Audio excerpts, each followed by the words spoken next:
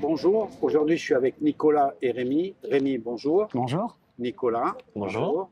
Alors, vous êtes ici, là on va discuter un petit moment parce que vous avez une cause que vous aimeriez défendre et expliquez-moi cette cause. Alors, la cause que l'on veut défendre, c'est tout ce qui touche au harcèlement scolaire ainsi qu'à la grossophobie. C'est le but de la marche que l'on va faire sur nos bouts de bois qu'on appelle aussi des échasses. Et cette cause nous tient énormément à cœur, tout simplement parce que moi, personnellement, je l'ai vécu.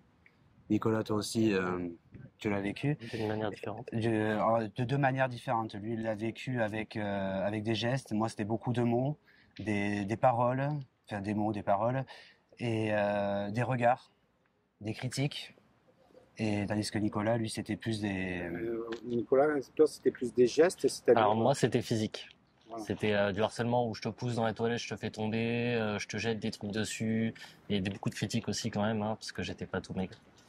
Voilà, donc vous n'étiez pas tout maigre, c'est l'un vient avec l'autre ou l'autre vient avec l'un, comment vous le situeriez? Moi, personnellement, je pense que c'est dissocié. C'est juste que dans la vie, j'ai toujours été costaud, donc je l'ai vécu, moi, ce harcèlement, je l'ai vécu justement par rapport à mon poids. Mais je pense que quelqu'un qui est une personne normale, qui peut juste s'habiller différemment des autres, peut le vivre aussi. Le harcèlement scolaire est tellement vaste, il y a énormément de choses. Quelqu'un qui s'habille différemment, quelqu'un de trop maigre, quelqu'un de trop gros, quelqu'un de... Quelqu'un qui rentre pas dans les normes, tout simplement, Nicolas. Donc vous, à quel moment vous rentriez pas dans les normes? Pourquoi vous étiez pas comme tout le monde? Bah, pour moi, j'étais comme tout le monde, mais eux, ils me voyaient pas comme tout le monde. Je sais pas trop pourquoi, mais ça devait être parce que arrivé au collège, moi, j'étais pas le petit garçon qui rentrait au collège, ou qui se croyait plus grand comme il rentrait au collège et devenait entre guillemets une racaille. J'étais plus dans cette optique d'être hyper calme, posé, pendant que tous les amis que j'avais à l'école, eux, changeaient petit à petit, et moi, je les voyais changer, mais moi, je changeais pas. Donc, ils ont dû me voir différent, en disant, lui, il est pas comme nous, donc il est bizarre. Et justement, comment ça commence? Parce que on parle toujours de ce qu'on a subi, mais il y a bien un démarrage. Donc, comment vous êtes retrouvé la tête de Turc? C'est un peu l'expression qu'on utilise souvent dans ce genre de choses, puisque ça démarre à l'école à chaque fois. Mhm. Comment c'est arrivé? Moi, ça a commencé dès la primaire. On peut penser que ça vient au niveau du collège en grandissant ou autre, mais moi, ça a commencé dès la primaire. On était tous amis, puisque maintenant, à l'heure actuelle, mes copains de primaire, on se voit encore à l'heure actuelle, on se voit. Mais ça a toujours été des réflexions petit, ça a toujours été le gros Rémi. Puis après, ça a suivi au collège, mais sauf que c'est des gens que je connaissais pas depuis mon enfance au collège. Donc c'est là où ça s'est intensifié, des gens que je connaissais pas qui ont utilisé cette expression. Et ils ne l'utilisaient pas sur une expression, enfin dans un contexte gentil. C'était vraiment pour se moquer. Et je pense que c'est là, de mon côté, que ça a démarré et que ça s'est amplifié au fur et à mesure. Tout le monde m'a appelé comme ça. Et après, ça a été beaucoup des paroles, des insultes. Et ça s'est monté toujours en grade. Plus on grandit, petit, on n'a pas les filtres, mais on n'a pas les mots. Mais quand on arrive au collège, on n'a pas les filtres et on a aussi, mais sauf qu'on a les mots de critique et de méchanceté qui sont là par rapport à la primaire. Et alors, jusqu'où ça peut aller dans votre comportement par rapport à ça, puisque vous mettez en place un système de défense, pas dans le sens où vous allez vous battre avec tout le monde, mais vous vous isolez. À chaque fois, on entend le mot isolement. Donc, Ouais. comment toi, Nicolas, tu t'es isolé quelque part? Ah, moi, complètement. Je me suis rabattu sur moi-même. Heureusement, j'avais toujours un ami avec moi. Du coup, je voyais toujours quelqu'un derrière. Mais à partir du moment où je me suis fait déscolariser, je suis resté dans une carapace où j'étais tout le temps devant mon écran d'ordinateur en appel avec des gens que je connaissais même pas dans la vraie vie. Ils habitaient même pas en France et je voyais personne. Même pour manger en repas en famille, je prenais mon assiette, j'allais manger devant mon écran d'ordi dans mon coin. Je voulais plus voir personne. Impossible. Donc, aujourd'hui, on est réunis là. Comment vous vous êtes connus, puisque vous avez la même démarche, mais est-ce que vous vous connaissiez déjà à l'époque, ou est-ce que c'est le hasard des rencontres de la vie qui fait que vous vous êtes retrouvés autour de ce thème? En fait, tout simplement, il s'est passé, il y a eu un entraînement pour des échasses à Hossegor le 1er mai dernier, c'était. Et en fait, le groupe de Nicolas allait aider le groupe d'Hossegor. Mon groupe, à l'époque, allait aider aussi celui d'Hossegor. Et on s'est rencontrés à cet entraînement, on a discuté, ils nous ont proposé, son groupe nous a proposé de venir s'entraîner. Moi, personnellement, je me suis hyper bien entendu avec ce groupe des chasses qui est celui de Bias.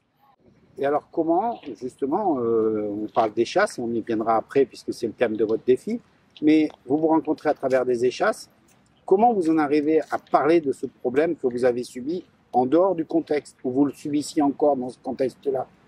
Bah, en apprenant à se connaître, je pense, derrière, parce qu'on faisait les échasses, on rigolait, on s'amusait, mais après, on a beaucoup parlé en dehors des échasses.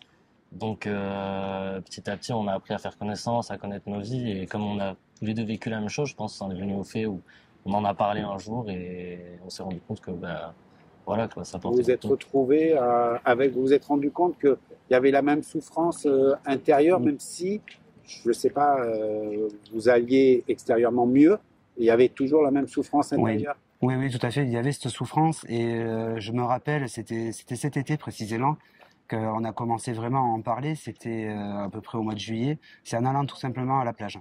On s'est retrouvé à la plage, il fallait se mettre en maillot et tout ça. Et on a senti qu'en se mettant en maillot, par exemple, Nico, par exemple, au début, ne voulait pas, enfin, il ne se sentait pas à l'aise d'enlever le t-shirt. Moi, il l'a vu que j'étais pas forcément à l'aise et tout ça. Mais sans se parler, hein, on l'a vu comme ça. Et après, petit à petit, avec des petites réflexions, des trucs comme ça entre nous, on a compris qu'on avait eu ce problème-là et c'est venu tout seul, on a réussi à en parler. Pourtant, c'est quelque chose que de base, on m'aurait dit il y a 3 ans en arrière, j'en aurais pas du tout parlé. J'étais vraiment quelqu'un de renfermé là-dessus. Je cachais ma protection avec des blagues, beaucoup de blagues. En fait, j'étais le pitre, quoi.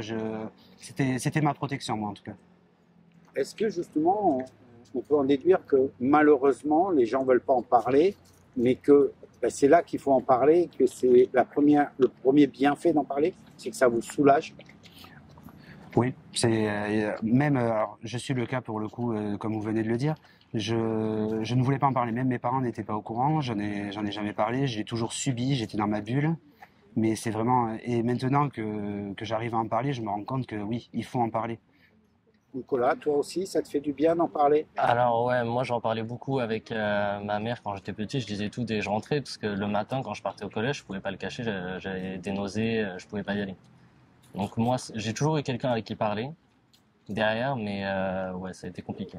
Alors, on va parler de votre défi et après on reviendra sur le regard des gens parce que on va prendre un peu de temps parce que on sent bien que même quand vous êtes là, vous avez pris l'habitude d'en parler, vous êtes devant une caméra, c'est pas rien, mais on sent bien quand même que il y a beaucoup de choses à dire parce que le regard autour de vous, est-ce que c'est ce qui fait tout finalement? Oui, ça y joue énormément, oui. Ça, je suis d'accord, oui. C'est le regard des gens quand ils nous croisent dans la rue, c'est juste un simple regard peut faire énormément de choses, oui, tout à fait. Donc, vous avez voulu en parler. Aujourd'hui, vous faites le tour des médias en parlant de votre défi, on va y venir. Mais c'est aussi, ça vous permet d'en parler de ce gros problème parce que vous n'êtes pas les seuls, malheureusement. Ouais, bah, c'est quelque chose qui tient vachement à cœur quand même parce que nous on a subi quand on était plus jeunes, les choses qu'on a pu ressentir et tout, c'est quelque chose qu'un enfant normalement ne devrait pas ressentir dans ses périodes scolaires. Et que malheureusement, ils ressentent à l'heure actuelle. Et c'est vraiment à l'école où ça a pris cette proportion-là parce que tout est concentré, les enfants sont concentrés, le système est concentré. On peut dire que c'est une mini-société. Donc, on exagère les traits de la mini-société. C'est ça, tout à fait. Je pense que tous ces enfants ensemble qui se lancent des réflexions, qui se regardent, vraiment, faut s'imaginer que c'est des gens, faut s'imaginer que ça peut être, par exemple, on va mettre un truc, je vais mettre des gros mots là-dedans, mais par exemple, si on va dans une prison, on enferme 50 tarés dans une prison, ils n'ont pas de filtre entre eux, ils vont s'insulter et tout ça. Mais c'est pareil chez les enfants, ils n'ont pas de filtre et ça part très très vite malheureusement. Alors, pour faire parler de ça, et ça marche puisqu'on est là, et puis vous avez eu la chance de faire beaucoup de médias, vous avez décidé, vous avez parlé des chasses, vous avez décidé de vous lancer un défi. Alors, vous lancez un défi à vous ou vous lancez un défi pour que les gens en parlent? Alors de base, c'était un défi entre nous parce qu'on sortait d'un entraînement des chasses et on s'est regardé. Nico, il me dit j'aimerais bien aller à Paris. Comme j'ai dit dans une autre interview, j'ai dit oui, c'est bien, Paris, c'est bien. J'ai un travail derrière, donc on va commencer par un peu plus court. On nous a dit, c'est bien de vous lancer ce défi, mais par exemple, sa mère nous a dit, pensez à une cause, justement, pensez à ce que vous avez vécu tous les deux, puisqu'elle est au courant, avec des apéros et trucs comme ça, on en a discuté ensemble, et elle était là à ce moment-là, elle a dit, mais pourquoi vous lancez pas dans cette cause-là? Et ça a été justement l'élément déclencheur. On s'est dit, ben, autant relier une cause. Et quitte à en faire parler, on s'est dit, autant que ça profite à une association qui lutte contre ça. Donc c'est pour ça qu'on a décidé de choisir 2 associations, une contre la grossophobie et une contre le harcèlement scolaire, pour justement reverser des fonds à des associations et que ça profite en faire à des élèves correctement. Alors, le principe du défi, on est de Bias, on en a entendu parler tout à l'heure, Bias, et on va jusqu'à Bordeaux jusqu'au Miroir. donc le miroir. Et là, vous êtes reçu. On voit que ça a quand même pris une certaine valeur, ce défi, parce que vous êtes quand même reçu par le maire de Bordeaux. Expliquez-moi comment c'est venu. Tout ça, en fait, ça a commencé avec le journal Sud-Ouest qui a commencé à parler de nous. On a eu quelques médias qui ont commencé à parler aussi de nous. On s'attendait pas du tout à une ampleur comme ça, puisque nous, quand on en a parlé, c'était vraiment entre nous. On s'attendait pas c'était avant la rentrée scolaire, justement. On s'attendait pas à ce que ça prenne une ampleur comme ça, tout ce harcèlement scolaire, ce qui est dramatique d'ailleurs à l'heure actuelle. Mais c'était vraiment pour lutter par rapport à ce que nous on avait vécu. Et en fait, tous les médias se sont déplacés. La preuve, on a le maire de Bordeaux qui veut nous recevoir parce que dans son appel téléphonique, il nous a dit que c'était une cause qui le touchait énormément et il voulait être présent pour nous recevoir à ce niveau-là. Alors, Nicolas, tu vas faire une petite chose pour moi. Tu vas aller chercher une échasse parce qu'on va expliquer qu'est-ce que c'est une échasse, parce que je ne suis pas convaincu que tout le monde sache, mais surtout la difficulté, parce que vous savez marcher sur des échasses, moi je marche tous les jours par terre, on a l'impression que c'est la même chose. Donc, on va aller chercher une échasse, on va montrer comment ça fonctionne. J'ai laissé volontairement Rémi avec moi le temps qu'il y aille, on le voit en arrière-plan, pour dire, quand vous avez lancé ce défi, vous avez dit, moi je travaille, et là, on va le dire, parce que logiquement on ne le dit pas trop, c'est Brico Dépôt, vous travaillez à Brico Dépôt, et là, ils vous ont suivi tout de suite, et ils vous ont même été plus loin que vous pensiez. Oui, ils sont allés énormément loin et je les en remercie. Mon directeur, quand je suis monté au bureau pour le voir, j'étais stressé en fait d'en parler. Pourtant, je suis pas du tout stressé avec mon directeur. Chez Brico Dépôt, la politique, c'est tout le monde se tutoie, on reste correct et tout ça. Et je suis monté au bureau, je lui ai dit, bon écoute, Alexis, j'ai prévu de faire une marche en échasse avec un pote à moi. Est-ce que tu pourrais me prêter, me donner des affaires ainsi que du matériel pour pouvoir faire cette marche? Il m'a dit oui, oui, bien entendu. Tu me dis de quoi tu as besoin, tu me fais la liste. Je lui ai expliqué que j'avais besoin de polo, donc il a suivi là-dessus. Ils sont allés nous acheter des vestes qui nous ont fait floquer. C'est les repas, ils nous demandent de faire des caddies, les tickets de caisse, ils les prennent en compte. En fait, ils nous donnent tout ce qu'on a besoin et ça, je les en remercie énormément. Oui, parce qu'il y a une organisation. Déjà, Oui. on va prendre une échasse. Alors, c'est pas des échasses traditionnelles parce que vous pouviez pas. Et Nicolas, tu vas m'expliquer justement la différence avec une échasse traditionnelle et ce que vous avez été obligé d'adapter pour pouvoir faire un défi comme ça. La différence, en fait, c'est qu'avec les chasses qu'on a nous, qui sont complètement faites pour la marche et de la randonnée, elles sont fragiles. Donc même quand on marche, les chasses, elles plient. Et donc avec les chasses traditionnelles de danse, généralement, il y a des gros socles, il y a des gros sabots avec des vis qui sont à l'intérieur, avec des boulons. Et il y a un sabot juste ici, où généralement on a des chaussures adaptées, qu'on vient mettre à l'intérieur du sabot et avec une sangle, on vient s'enrouler le pied attaché autour pour que le pied ne bouge pas. Sauf que la différence qu'on a là, nous, c'est que les chaussures qu'on a mises dessus, elles sont vissées déjà dessus, donc on n'a pas besoin de sangle autour du pied. Parce qu'avec la marche, on a les pieds qui gonflent et tout ça, donc la sangle, c'est pas adapté pour la marche. Et au niveau des socles, ce qu'on a fait, pour que ça soit plus léger et plus adapté, c'est qu'on a pris du contreplaqué et on l'a fixé contre le bois, on a pointé et on a collé. Alors ça tient, mais c'est pas fait pour danser. Si on essaye, serait-ce que de danser ou même courir avec, je pense que les chasses, c'est soit elles cassent là, soit ici, ça lâche. De toute façon, je pense pas que vous aurez le temps de danser pendant votre parcours. Je pense pas non plus. Justement, expliquez-moi quelle différence entre le fait de faire ces 140 km à pied en marchant, pour la cause, hein, ça n'aurait pas changé grand-chose, et de le faire sur des échasses. Quelle est la difficulté supplémentaire que vous vous êtes rajouté? Bah alors la difficulté, c'est que justement avec les échasses, on est vachement gainé quand on marche dessus. Donc quand on pose notre pied, la chaussure en fonction de comment elle est disposée, le bois il va pas passer pareil au niveau du genou. Comme c'est accroché ici, comme Rémi sur ces échasses là, il a la chaussure très en arrière, ce qui fait que quand il va poser le pied droit par terre, l'échasse elle va partir en arrière. Moi, j'ai la chaussure très avancée, donc quand je pose le pied, elle part devant toute seule. Donc en même temps, ça fait des frottements ici. Donc on a énormément de brûlures sur les jambes si on met pas de protection. Donc pour la marche, même avec toutes les protections qu'on s'est organisées, on a des bandes, on a tout ce qu'il faut. On sera quand même brûlé parce qu'avec le frottement, c'est obligé. Voilà, la vraie difficulté, elle est là. C'est que le pied doit être tenu, mais il doit pas non plus être serré. Mais par contre, vous n'avez pas pu trouver de système, même si vous arrivez à vous protéger au niveau des mollets, parce qu'il faut que les chasses soient en connexion avec votre mollet. Et c'est là où ça va être complexe. Alors justement, il y a différentes façons de mettre les échasses en haut. Et on en est la preuve pour le coup, puisqu'on a deux façons d'attacher les échasses. Lui, il a une façon, il met la boucle sur le devant. Moi, j'ai la boucle sur l'arrière. Lui, la boucle va passer ici devant. Moi, elle sera à l'arrière. Nicolas a les échasses beaucoup plus détachées que moi. Donc en fait, son échasse, le bois, s'il fait un faux mouvement, le bois passe facilement devant son genou. Moi, un peu moins. Donc ça veut dire que on a des frottements qui vont être différents. L'échasse va frotter différemment. Et comme il a dit juste avant, par rapport à la chaussure aussi, par rapport à la jambe qui part devant ou la jambe qui part à l'arrière, par exemple, il va avoir des facilités, lui, sur les montées. Et moi, je vais avoir les facilités sur les descentes, pas sur les descentes. Chose qu'il faut imaginer, c'est que si on a une descente, moi, en ayant les chasses qui partent un peu en arrière, ça veut dire que j'ai mon cul qui va être en arrière, donc mon centre de gravité va être un peu en arrière. Tandis que lui, sur les montées, il sera plus en avant, donc il va monter beaucoup plus facilement que moi. Alors, 120 140 km à peu près le parcours, reçu à la mairie avec votre partenaire Brico Dépôt.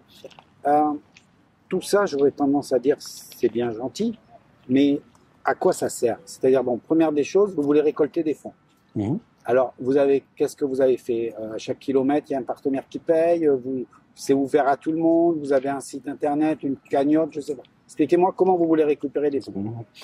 Donc, on a ouvert une page Facebook qui s'appelle Une marche pour les unir, pour toucher les personnes d'un âge entre 30 et 40 ans. On a ouvert, le compte Instagram qui va toucher les gens un peu plus jeunes. Et on a ouvert aussi une cagnotte Litchi pour justement cette cagnotte. Cette cagnotte va servir justement à récolter des sous pour ces associations-là. On est content de pouvoir en parler justement aujourd'hui puisque cette cagnotte va servir à une association, par exemple, que là on vient de sélectionner. Ça s'appelle l'association Chrysalide qui lutte justement contre la grossophobie et qui lutte contre la grossophobie et qui va s'en servir justement pour des gens qui ne sont pas encore opérés, qui vont se faire opérer. Pour un bypass, une sleeve. Moi, par exemple, j'ai fait un bypass. Et aussi pour les gens qui veulent faire une remise en forme et parler justement de ce mal-être. Alors, une fois que vous avez fait cette marche, vous rentrez. Qu'est-ce que vous attendez comme retour? Quel est l'objectif à un peu plus long terme? Vous allez donner de l'argent à Chrysalide, à une autre association, vous m'avez dit aussi, on peut la citer? Alors malheureusement, on en a eu 2-3, j'attends d'avoir les retours et j'aimerais approfondir plus leurs actions pour...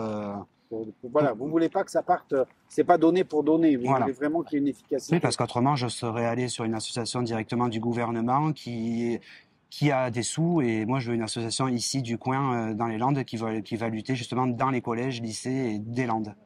Alors on y revient et là on va peut-être passer à la partie peut-être la plus désagréable de l'histoire. C'est que, comme vous dites, tout démarre au collège. Est-ce que après vous voulez aller faire des actions dans le collège? Est-ce que vous avez prévu de pouvoir aller expliquer aux enfants, parce que c'est le collège, on peut même dire c'est la primaire, ça commence en primaire, si j'ai bien compris. Oui, tout à fait, ça commence en primaire. J'ai même une collègue de travail qui m'en a parlé. Il y a un enfant de 5 ans qui commence à se faire harceler, qui se fait battre dans la cour. Enfin, c'est impressionnant. Et justement, on en a parlé. On a des écoles qui nous ont appelés, des collèges qui nous ont appelés, et des lycées aussi sur Bordeaux qui nous ont appelés.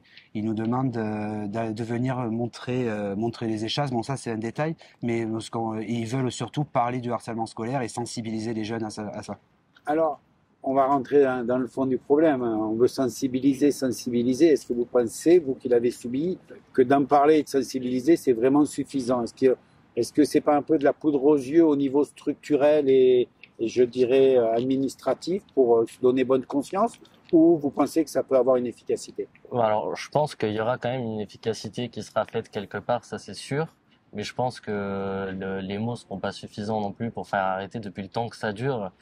Il y a pas que ça. Je pense que les gestes des gens, faut que les gens fassent des efforts, faut que les parents fassent des efforts pour leurs enfants. Il y a plein de choses qui font que le harcèlement scolaire, même s'il sera diminué à un moment ou ça remontera toujours à un moment, c'est sûr. Alors, comme on dit, il y a deux, a priori, dans les discussions qu'on peut avoir, il y a deux axes. Il y a la hiérarchie scolaire, c'est-à-dire les profs, les directions, l'académie, tout ça. Est-ce que vous pensez qu'à ce niveau-là, il y a quelque chose à faire ou c'est pas là le problème? Je pense que sensibiliser, c'est bien, comme je l'ai dit tout à l'heure, c'est très bien de sensibiliser, mais je pense qu'il faut agir. Et agir, je pense que c'est à différents niveaux, comme vous venez de le dire. Il y a agir sur les enfants par rapport aux parents. Il y a aussi les profs qui peuvent aussi agir. Il y a les directeurs d'établissements qui peuvent agir. Et là, on peut continuer encore plus haut, hein. On va parler de l'académie, tout ce qui est académie, rectorat. Après, on va monter encore plus haut, hein. On peut monter, après parler du ministère de l'Éducation nationale.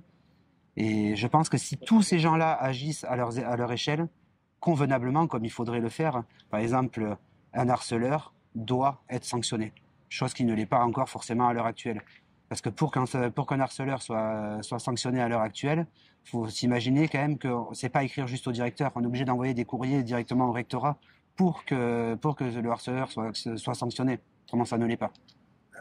Je vais aller plus loin parce qu'on a vu aussi des rectorats, il y a eu un grand scandale où on disait que les parents avaient reçu un courrier comme quoi il fallait qu'ils se taisent. Est-ce que vous avez dit que vos parents étaient derrière vous, puisqu'ils ont été jusqu'à accepter que vous soyez déscolarisés. Vos parents, vous, Rémi, ils vous ont suivi et est-ce qu'ils ont trouvé de l'écoute, justement? Alors, le problème que mes parents ont eu, c'est que je n'en parlais pas. Donc, ils ont vu que j'étais pas bien et tout ça. Ils l'ont vu, justement, ils m'ont mis justement à faire des échasses. C'est là où est-ce que j'étais bien. Ils m'ont forcé, entre guillemets, ils m'ont forcé parce que c'était pas du forçage, puis c'est devenu une passion depuis tout petit. Ils m'ont fait continuer, ils m'ont forcé de me mettre dans cette bulle-là, histoire que je me libère de l'école. Mais après, j'ai jamais été déscolarisé, j'ai toujours continué l'école. Mais c'est vrai que je l'ai très très mal vécu jusqu'à mes années, jusqu'à mon BTS, hein. Vous, Nicolas, quand vous arrivez à ce que vos parents vous déscolarisent, c'est quand même un moment fort Oui. pour un enfant. L'école en face, quelle a été sa réaction? Comment elle a réagi? Est-ce qu'elle a réagi déjà? Mais alors, l'école, elle a voulu réagir parce que moi, ça a été loin, parce qu'on avait porté plainte, on avait eu des rendez-vous au commissariat qui était juste à côté de ce collège. Et à la base, ils voulaient pas que je sois déscolarisé, ils voulaient me faire changer d'école pour que justement, je sais pas s'il y a un délire de réputation avec les collèges, les écoles ou quoi, s'il y a des enfants qui sont déscolarisés qui partent, mais ils voulaient pas que je parte, ils voulaient me dire de me faire aller dans une classe spéciale pour moi, pour que je me sente mieux, sauf que j'étais pas spécial, j'étais juste un enfant qui était mal vu par les autres et qui cherchait des gens à qui en parler et avec qui se sentir bien. Alors, la deuxième partie, c'est les parents, parce que ces enfants ont des parents, donc ils rentrent à la maison chez eux, tout ça. Est-ce qu'il y a eu des actions au niveau des parents? Est-ce que vous pensez qu'il y a un travail à faire au niveau des parents? Je pense que oui, il y a un travail à faire au niveau des parents, mais on arrive sur... Alors le problème, en fait, c'est à quel moment ça a planté. C'est les parents à l'heure actuelle ont eu des parents avant. Et en fait, à quel moment ça a planté? Parce que moi, quand je vois l'éducation que j'ai eue avec mes parents, où est-ce qu'il ne fallait pas se moquer, il ne fallait pas agresser les gens et tout ça, mes grands-parents ont donné cette éducation-là à mes parents. Mais à quel moment ça a planté pour en arriver à ça à l'heure actuelle? C'est la question que je me pose en fait. Et c'est la question que je peux poser à tout le monde d'ailleurs aussi. À quel moment ça a planté? Vous, Nicolas, au niveau des parents, de ces gens qui vous faisaient subir ça, est-ce qu'il y a eu des réactions ou les parents, ça ne les concernait pas? Alors, je crois qu'il y a eu une réaction et ça a été juste une lettre d'excuse qui a été envoyée directement par la boîte aux lettres à mon ami qui lui s'est harcelé avec moi. Et je crois que c'est la seule réaction qu'il y a eu parce que les parents n'ont pas été plus affectés que ça, laisser leurs enfants faire ce qu'ils voulaient dans l'établissement. Pour eux, c'était pas leur problème. Eux, ils étaient au travail et leurs enfants, ils étaient à l'école. D'accord. Et malgré une plainte, malgré tout ça, ça n'a pas fait bouger quand vous avez été porté plainte, c'est quand même un moment fort. Ça a jamais pris suite, je crois. Il y a eu la plainte, il y a eu le rendez-vous au commissariat et tout. Moi, je parlais à la personne en pleurs de ce que je vivais et tout, mais il y a jamais eu de suite. On se sent finalement pas du tout écouté. Je pense on nous entend mais on nous écoute pas. crois que c'est les mots qu'il faut avoir. On nous entend. On veut pas nous écouter, je pense aussi. Voilà, on vous entend, mais alors pourquoi on vous entend justement pour vous? Pour se donner bonne conscience, pour pouvoir dire qu'ils l'ont fait et on casse ça vite fait pour pas être embêté? Pourquoi justement on veut pas vous écouter? Ben, on nous entend pour dire c'est bon, on vous a entendu, donc maintenant on va passer à autre chose et on va continuer dans nos affaires. Votre démarche, justement, on va finir avec ça. Vous pensez que c'est une manière de justement qu'on vous écoute? Vous en êtes sorti ou vous considérez qu'il y a encore des dégâts? Moi, Est-ce qu'on en sort? je pense que oui, on en sort. Comme vous pouvez le voir là actuellement, enfin moi personnellement, j'ai plus de dégâts avec ça depuis le temps. Et je pense qu'on peut montrer aux gens aussi que il n'y a pas que le moment où ça se passe, il y a le après aussi, où il y a toujours une solution où on peut sortir des problèmes. Il faut juste en avoir un peu la foi de vouloir se sortir de nos problèmes. Est-ce que, pareil, Rémi, tu considères que vous considérez que vous en êtes sorti? Et est-ce qu'est-ce que vous proposeriez comme action qui vous paraîtrait des actions simples? Il n'y a pas besoin des fois de faire des choses très compliquées, mais comment on pourrait avoir des actions simples au quotidien qui permettent justement de révéler et peut-être de faire modifier le comportement? Alors moi là actuellement j'en suis sorti, c'est bon, enfin c'est bon. Non, c'est pas bon puisqu'on sort certes, mais il y a toujours des dégâts derrière, ça laisse toujours des traces par rapport à notre caractère. Disons qu'on a grandi avec toutes ces insultes et tout ça, donc quoi qu'il arrive, ça laisse des traces. Par exemple, on me dit quelque chose, je peux me mettre plus facilement sur la défensive que quelqu'un qui n'aurait pas subi de harcèlement. J'en suis sorti avec des traces, ça c'est sûr. Comment on pourrait faire, justement, comme je l'ai dit tout à l'heure, je pense qu'il faut sanctionner. Il faut sanctionner tous ces comportements. Surtout, il faut que les enfants en parlent à leurs parents. Pas faire comme moi, je n'ai pas parlé, j'ai rien dit, j'ai rien fait.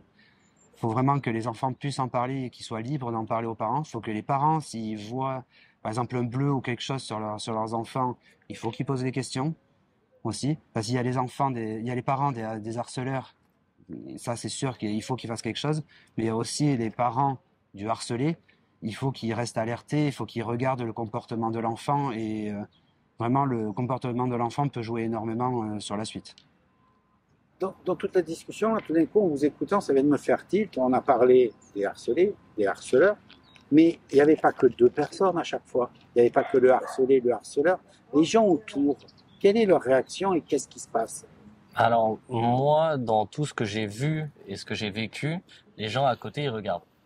C'est tout ce qu'ils trouvent à faire, c'est regarder et attendre ou rigoler. Ou il y en a, ils sont choqués, mais ils tournent le dos après ils partent. Et jamais de suite sur ce point-là où moi justement avec cette personne avec qui j'étais devenu ami, qui se faisait harceler, elle, moi je comprenais pas pourquoi elle était toute seule dans son coin, donc j'ai été la voir. J'ai fait le pas de me dire, bah le pauvre il est tout seul, on vient d'arriver au collège, il a pas d'amis, je vais aller le voir. Et je pense que les gens, comme ils le trouvaient entre guillemets spécial, ben ont dû se dire que j'étais spécial et qu'il fallait pas que j'entre dans leur société d'adolescents. On retrouve ça aussi, Rémi, chez vous, le fait que la société regarde, et c'est un peu même encore aujourd'hui, est-ce que vous auriez cette sensation dans la démarche même, que les gens, voilà, on vous écoute, on vous entend, on vous aide, mais que d'un côté, une vraie volonté, ça sera compliqué de faire bouger les choses? Faire bouger les choses, je pense que si tout le monde y met du sien, on peut y arriver. J'en suis persuadé. Nous, la preuve en est qu'on en parle maintenant. Donc, nous, on en est sortis, on a réussi à s'en sortir. Et comme je disais, il y a 1 ou 2 ans, jamais j'aurais réussi à en parler. Et je pense que la façon de s'en sortir, la façon d'agir, c'est de parler aux gens. De parler aux gens, de pouvoir s'ouvrir. Et je pense que les grandes personnes, quand je parle des grandes personnes, c'est tout ce qui est rectorat et tout ça, eux agissent en sanctionnant les fautes. Il y a une police, il y a une gendarmerie, et là-haut, il y a des directeurs, il y a des directrices. Je pense qu'il faut que tout le monde se mette là-dedans et suive ses enfants, surtout. Merci beaucoup d'avoir pris le temps d'être avec nous, de nous expliquer. Je ne sais pas si c'est plus facile aujourd'hui, si ça vous aide. Bon courage parce qu'on va revenir sur la partie sportive quand même. Ouais. On a beaucoup parlé du fond. On va parler un peu de la forme. 120-140 km aux échasses. Je vous dis honnêtement, je vous laisse le faire. Et je vous souhaite bon courage le 23 et le 24. Merci beaucoup.